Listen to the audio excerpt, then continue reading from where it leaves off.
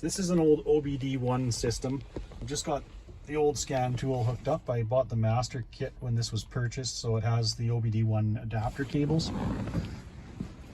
I don't see a lot of people using these anymore. I just wanted to show everybody how it works. There's a plug here that'll go into your adapter cable for your scan tool. So when you can't use a smart cable, you use an adapter cable here.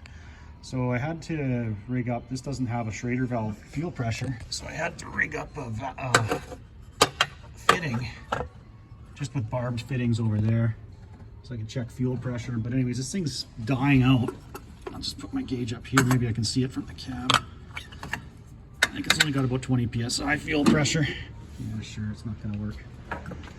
Anyways, it's just, I saw some posts on the forum of trucks that were doing this. I thought I'd make a video of what this one's doing. So it idles fine, but as soon as you try and accelerate, oh, no, it's gonna work. Must have healed. Anyway, it was cutting out. Yeah, there we go. See, it starts backfiring. Kind of dangerous. Yeah, there we go. See, so yeah, see, when it backfires like that, you saw it actually sets the throttle body on fire. Let's see if flames going in there.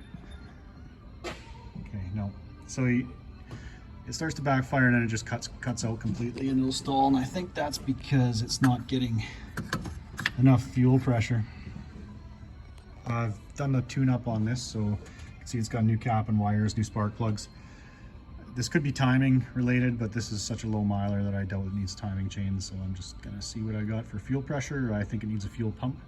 But just with the OBD1 system in that, I thought I'd show you guys how much information you can get.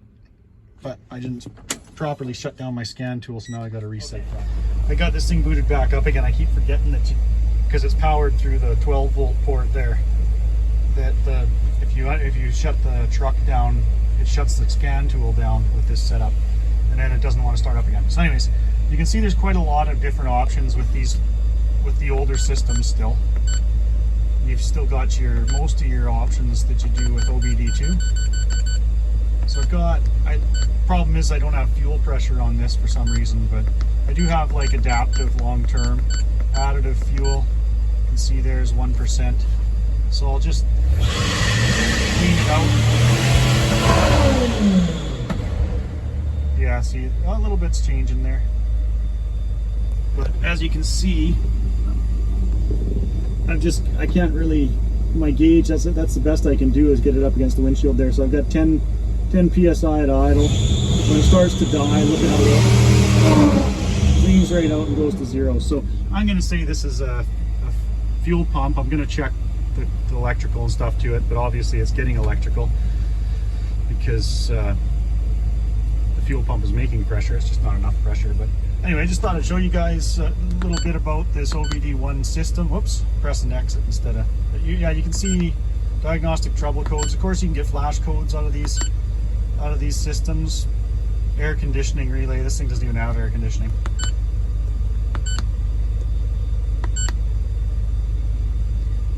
So anyways, you can go into your data stream. Here's what I enter there, and here's your off-on data. So anyways, it's pretty much similar to an early OBD2 system, just OBD1.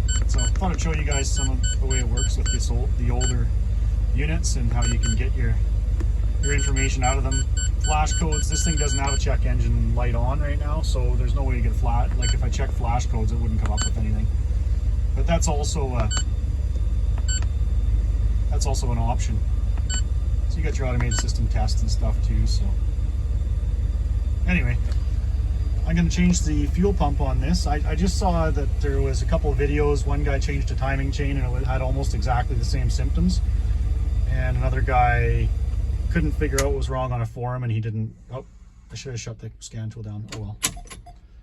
He couldn't figure out what it was, so I thought I'd just make a video of what I'm finding with this one. So if you have to check the fuel pressure, since you can't do it with the scan tool, and you probably don't have an OBD1 scan tool anyway, what I did is I just put a couple barbed fittings and a little piece of fuel line over to the throttle body there on your supply.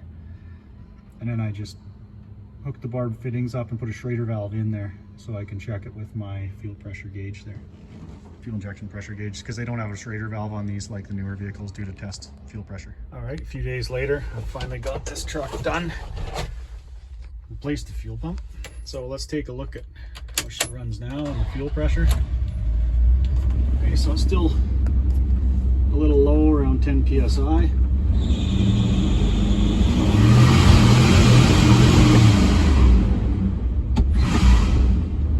So I don't know, the gauge is showing low, but definitely that was the problem.